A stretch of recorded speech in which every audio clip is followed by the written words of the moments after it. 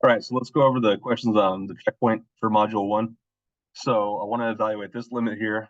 Talked about a lot of ways to do that, and you've seen it in the slides and other videos, but I'll try to give a few different ways we can do about this. For this one, let's try to do it algebraically. So I am going to try to do some factoring here. So this equals the limit as x approaches -3. Now let's factor both of these quadratics. So what multiplies to give me 9 and adds together to give me 6? I believe that's x plus 3 times x plus 3. How about the denominator? What multiplies to give me -3 and adds together to give me +2? That should be x plus 3, x minus 1. So from here, we see we have a pair of factors that will cancel. So the limit as x approaches -3 of x plus 3 over x minus 1. So I could not simply substitute -3 in for x in the original expression, but now I believe I can.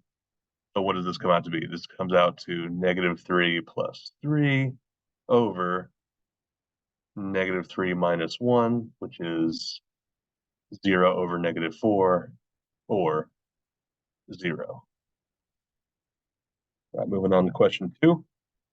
Let's do this one algebraically as well. I think I'm actually going to, where I can avoid it, I will not do the, simply trying out values near the base point. I believe that's something you can all do. But I'll try to focus on other ways of getting to these limits. So this one, we're going to try multiplying by the conjugate. So as a reminder, what does that mean? So in the denominator here, I have the square root of x plus 1 minus 1. I'm going to multiply that by the square root of x plus 1 plus 1. The only way I'm allowed to do that is if I multiply the numerator by the same thing. So square root of x plus 1 plus 1. So now what does that do to this expression? So the entire point of me using basically the same two terms and switching the signs is that this happens. What's the square root of x plus 1 times the square root of x plus 1? That is simply x plus 1. And then if I multiply the outside terms, I get -1 times +1, so that's -1. Finally, what happens if what happens from the inside and outside terms? So -1 times the radical plus +1 times the radical, those are going to cancel out. But what I really have here is in the denominator, I have x plus 1 minus 1. And then for now, I am going to leave the numerator unsimplified. So what did that do for me? Actually, just being really, really convenient. So in the denominator, I effectively have x. In the numerator, I have 2x. So those will cancel, and I end up getting 2 times the square root of x plus 1 plus 1. So just like the last example, could not substitute our base value, so could not substitute 0 for x when we began, but now we can. So from here, this limit is equal to 2 times the square root of 0 plus 1, which comes out to be 2 times 1 plus 1, which is 4. All right, moving on. So the limit as x approaches 1/5 from the right. So how can we handle this? Is there any kind of factoring we can do in this case? So I don't know. Let's try. So what if I factor out a 10? So this becomes the limit as x approaches 1/5 from the right of x over 10 times x minus 1/5.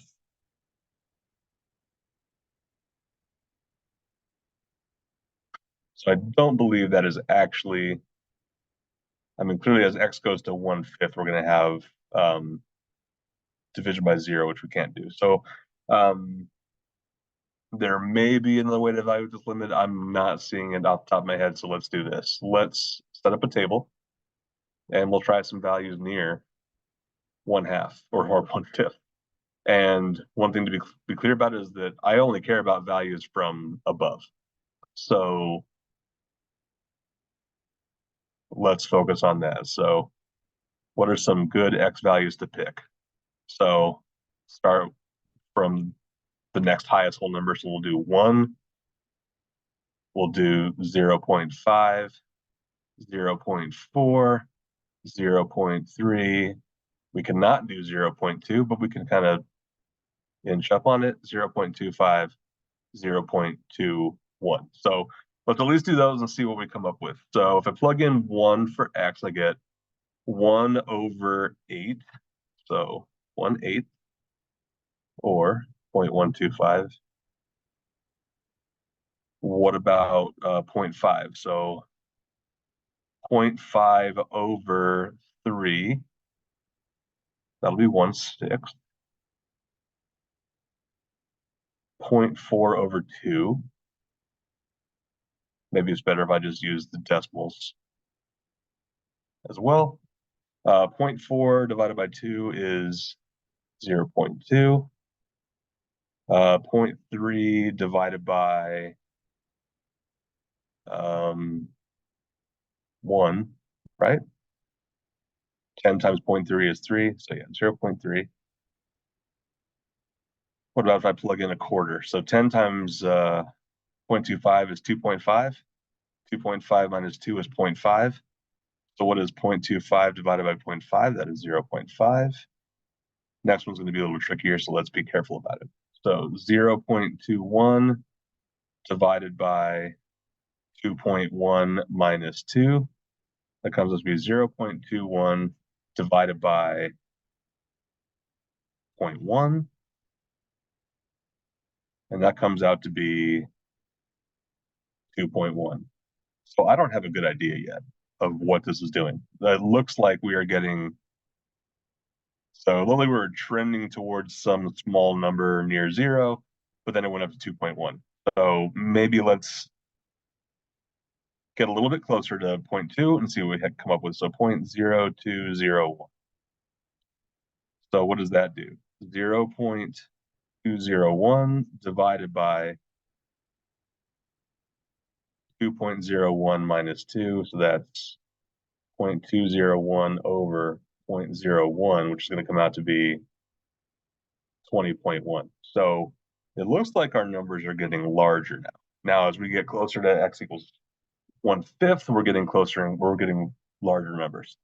So let's just do one more point here to kind of verify 20001. So what happens there? 0.20001 over 2.0001 minus 2. And I get 0.20001 over 0.0001. So now what happens if I move my decimal point over 4 places? I'm going to get 1, 2, 3, 4, 2000.1.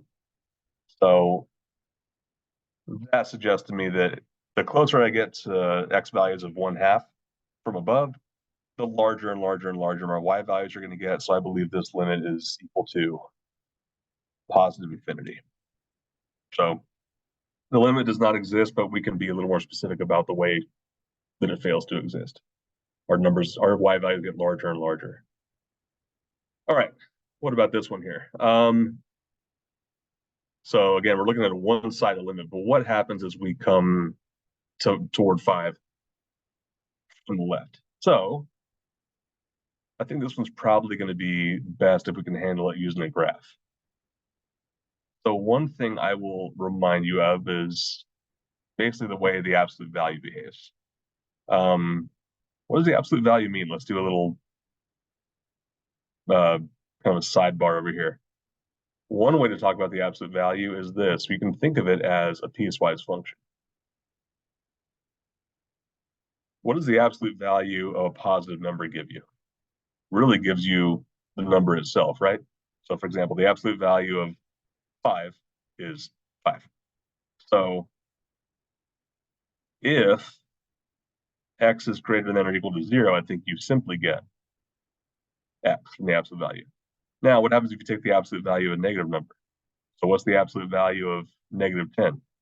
It should be 10, right?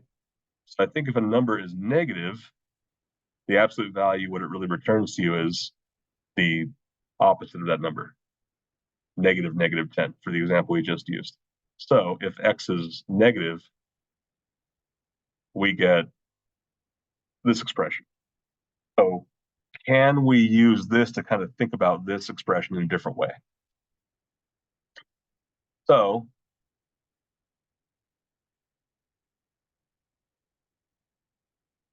the absolute value of x minus 5 over x minus 5, that should be equal to one of two things, right? That should be equal to x minus 5 over x minus 5 if x is greater than or equal to 5. And if I kind of follow my example from over here, it should be negative, that's not what I meant to do, negative x minus 5 over x minus 5 if x is less than 5. So still a little bit muddy, probably going to clean this up a little bit. What is x minus 5 over x minus 5? That's really the same thing as 1, as long as x is greater than or equal to 5. And negative 1 if x is less than 5. So really, I have this graph that's made of these two different horizontal line segments, and it all hinges on where you are in relation to x equals 5. So you're either at positive 1 or negative 1. If x is greater than or equal to 5, then I have this graph. And if I'm less than 5, I have this graph. Now, how does this graph help me figure out what this limit is? So we're looking at a one-sided limit. What values of x do I care about? In this case, I'm really only looking at x values that are less than 5. Less than 5, but near 5. So I'm only looking at this part of the graph. And what does this limit come out to be? Well, anything on this line segment is equal to negative 1. So that's in fact our limit. Our limit is negative 1. Right, moving on to question 5. So how do we do this when we're looking at a graph? We don't have to make our own graph. We just have, it's already given to us. So what does this notation mean? I want to know the limit of this function as x approaches 2, but as it approaches 2 from the right.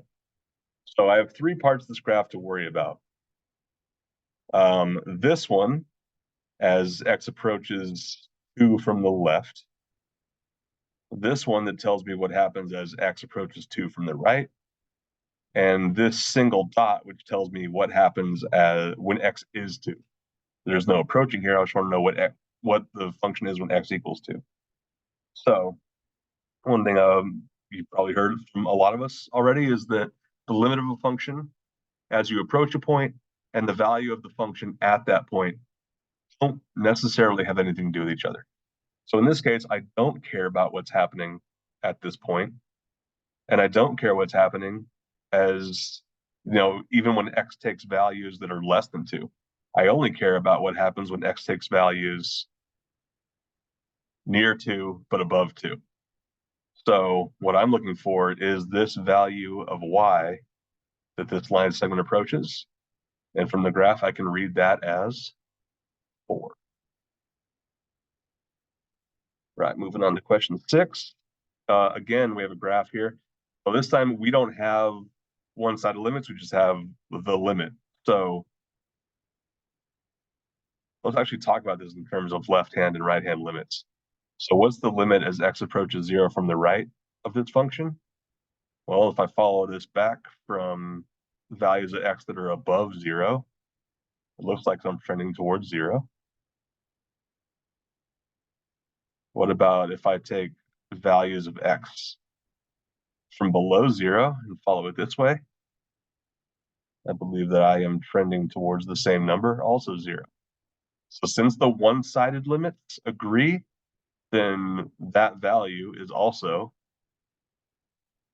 the two-sided limit, or we could call it the limit. All right, question 7. Every other limit we've looked at in this checkpoint has involved x approaching some real number. Now I want to know what happens when x gets very, very big. So a lot of ways to think about this. Here's the way that I think is the most convincing to think about these. What would happen? So when we talk about the degree of a polynomial, we're asking what the highest power of x is. So in the numerator, that highest power is 3. Same is true for the denominator. So what I'm going to do is this. I am going to multiply this expression by this 1 over x cubed over 1 over x cubed. So doing that, how does that transform this? Numerator becomes 7 minus 2 over x plus 3 over x squared over negative 1 minus 2 over x squared plus 7 over x cubed. So it's a little hard to think about the original expression. What happens is x gets really, really big because you got a bunch of numbers that are going to get really, really big. But now that we've divided the numerator and denominator by x cubed, we don't have that situation anymore. What's going to happen to any of these that have a variable in them as x goes towards infinity or as x gets really, really big?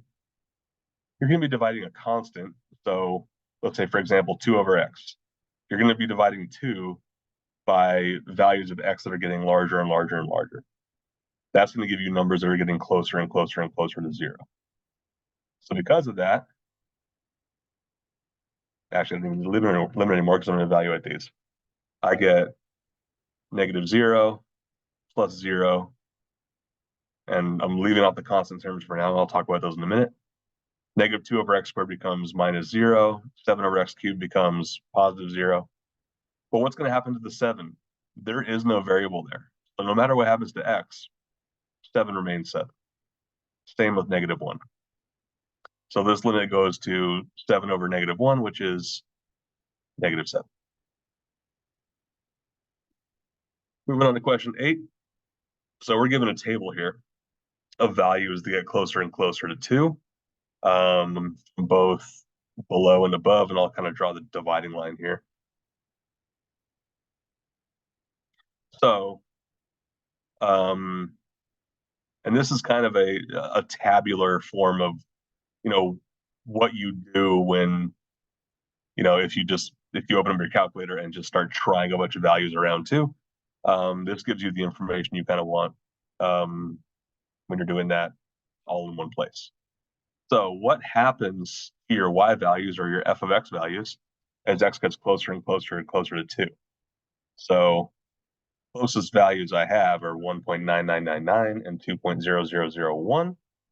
And I get closer and closer to 0.25 in either way. So I think from there we can pretty safely say this limit gets closer and closer and closer to 0.25 or 1/4, however you want to say it.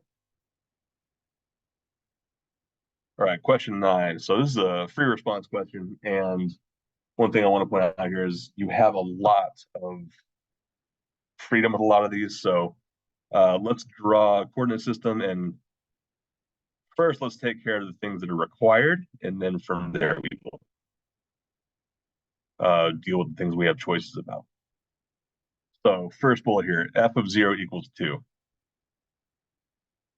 So I want this point to exist on my graph, 0 is 2. The limit as x approaches negative infinity of this function is 2.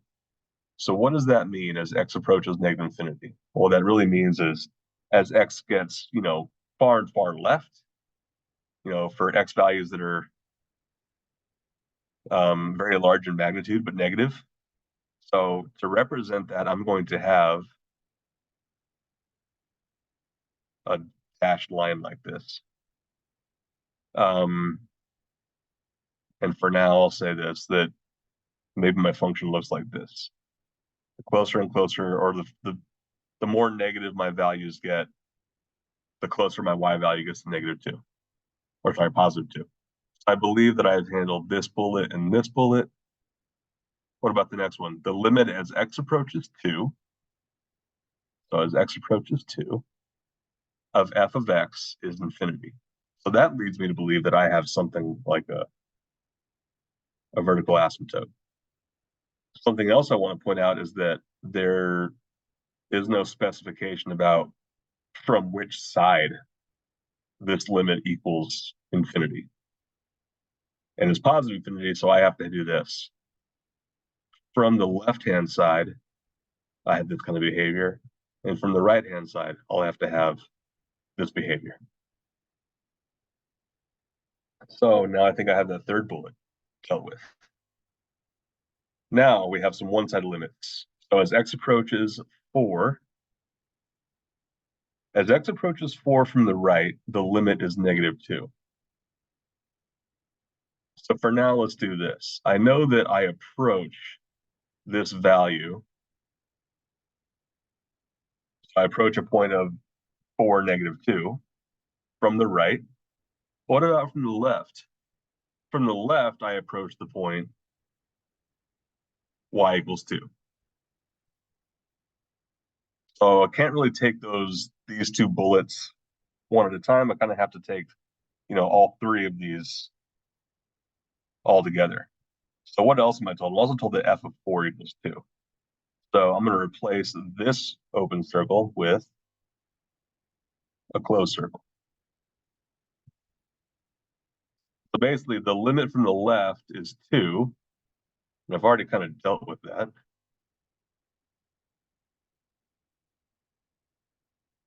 So the line that I had basically going along that vertical asymptote, I'm going to connect to this point here. And then the rest of this doesn't really look like I have any requirements for how that behaves. So I think I've handled this bullet now. Last thing I have to look at is the limit as x approaches 0 of f of x equals 0. Okay. So I have a limit here. The limit is x approaches 0 of f of x equals 0. For now, I'm going to call this an open dot. And based on our first bullet, we know that f of 0 equals 2. So I believe it's going to have to stay an open dot. So one thing I've said in a previous video is that what makes a function is that for every single x value in the domain of that function, there's exactly one y value. I already have this point here being 0, 2. But I know that the limit as x approaches 0 of this function is 0. So here's the thing that I had going towards that horizontal asymptote. Doesn't need to kind of oscillate like this, but it also doesn't say it can't. So I know the limit as x approaches 0 of the function is 0. So keep in mind that is a two-sided limit that's not one-sided. So that has to be true from both the right and the left. So I have from the left and the right, I have to have both of those curves kind of converging at the origin. So from there, I think I have handled all of my conditions. Again, your graph might look totally different, and that doesn't mean it's wrong. You might also have these conditions all met.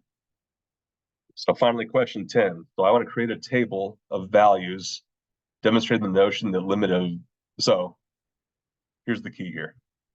The limit as x approaches 3 of f of x is equal to 5. Okay, so all we're given is a table, a totally blank table, with the value of x being 3. So I want the limit of x, or the limit of this function is x approaches 3 to be 5. I could have f of 3 being 5. But you don't have to. So I said it before, I'll probably say it lots more times, but the limit of a function around a point or near a point and the value of the function at that point don't have to agree. In fact, they don't even have to both exist. So why not call that a 5? One thing we've also said here is I don't want to use all the same values for f of x. So what values make sense to use for x? We're not given those either. Keep in mind, if I'm looking at a limit, I really am looking at values around 3. And there's no one-sided limit here. I want values above and below 3. So let's choose values that are above 3.